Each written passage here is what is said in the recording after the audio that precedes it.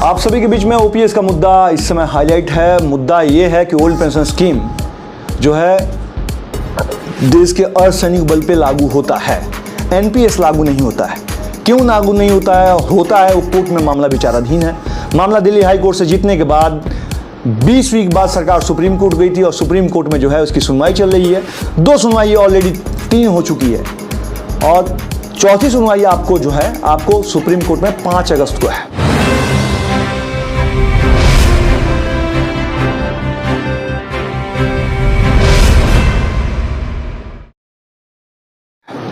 मामला यह है कि एनपीएस अर्धसैनिक बल पर लागू नहीं होता, थोप दिया गया है। लागू क्यों नहीं होता है? Armoured force union of India होने के नाते सभी सेंट्रल आर्म पुलिस फोर्स के जो एक्ट एंड रूल्स हैं वो armoured force union of India के तौर पर बनाए हैं।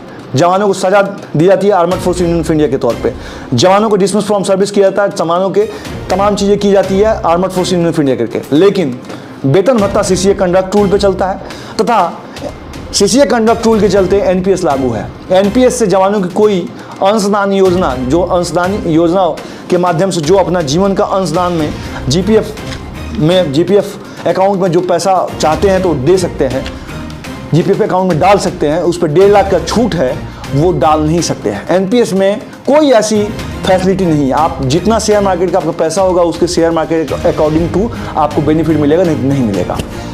क्यों जरूरी है? जब मार्केट क्रैश करेगा तो एनपीएस में कुछ नहीं मिलेगा। मार्केट क्रैश जैसे आपने 2020 में देखा होगा, 20 मार्च 2020 को कोविड आने के बाद पूरा वर्ल्ड मार्केट क्रैश कर गया। जो निफ्टी 50 है वो 7,000 पे 7,500 7,800 रुपये पे आ गया था।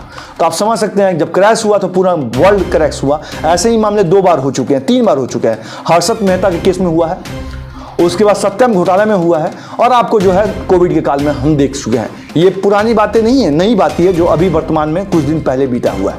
अब ये ऐसे ही मामले फिर भी आगे अगर मार्केट क्रैश होता है तो क्या होगा? एनपीएस में पूरा पैसा डूब जाएगा। पूरी जिंदगी भर पैरामिलिट्री फोर्स के लोग बॉर्डर पे खाक छानते हैं। जहां भूत नहीं होता तहां पैरामिलिट्री फोर्स के लोग खड़े होते हैं, जहां जमदूत नहीं होते तहां पैरामिलिट्री फोर्स के लोग खड़े होते हैं। आप क्यों कहते हैं? ये मामला उत्तराखंड त्रासदी के समय आप देखे होंगे, जब त्रासदी आई थी तो वहाँ पैरामिलिट्री फोर्स के लोग रेस्क्यू कर रहे थे। जहाँ पे लोग को जान की आफत, कितने लोग दह गए थे, वहाँ जान बचाना मुश्किल था, वहाँ लोग यमदूत के रूप में खड़ा होकर लोगों को रेस्क्यू करने में लगे हुए थे। आपने ऐसे भी देखा होगा, कोविड काल में भी देखा होगा कि जवान अर्धसैनिक बल के हर जगह चौक चौराहे पर खड़ा होकर अपनी जान की बाजी लगा के लोगों को जो है घर में राशन तथा शांति व्यवस्था और साथ में हॉस्पिटल में खड़ा होकर लोगों को इंजेक्शन दिलवाने में लगे थे। ये वही पैरामिलिट्री फोर्स के लोग हैं जो इलेक्शन कराए हैं, लगातार इलेक्शन कराते हैं।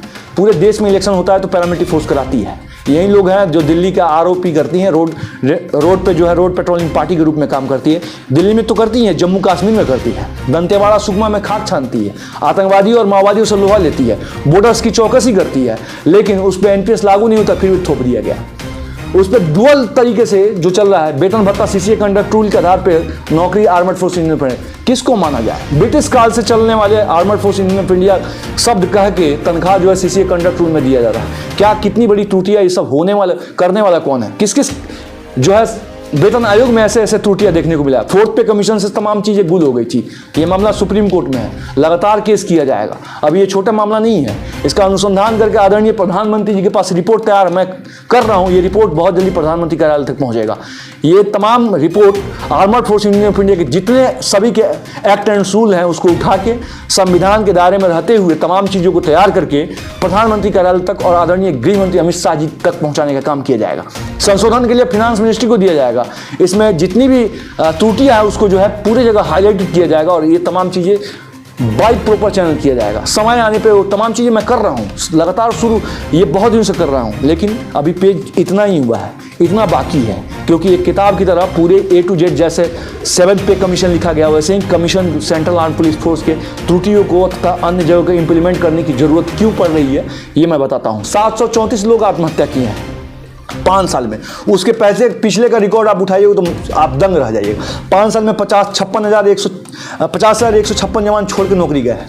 ये तमाम चीज़ों को जो है क्यों खरबों रुपये का भारत सरकार को नुकसान है, इस नुकसान ना हो इस पे लगातार हम काम कर रहे हैं। मेरा प्रयास कैसा रहा, देश के जवानों को पेंशन लागू होना चाहिए कि नहीं लागू होना चाहिए, आप जरूर कमेंट बॉक्स में कमेंट कीजिएगा। फिर मिलते हैं नेक्स्ट वीडियो में। अगर मेरे प्रयास से आप सहमत हैं तो जरूर अपना शेयर करिए, चैनल को फॉलो जरूर कर लीजिए, सब्सक्राइब जरूर कर लीजिएगा और कमेंट भी करके एक दूसरे को शेयर करिए, कम से कम 10 लोगों के पास शेयर करें। नमस्कार, जय हिंद।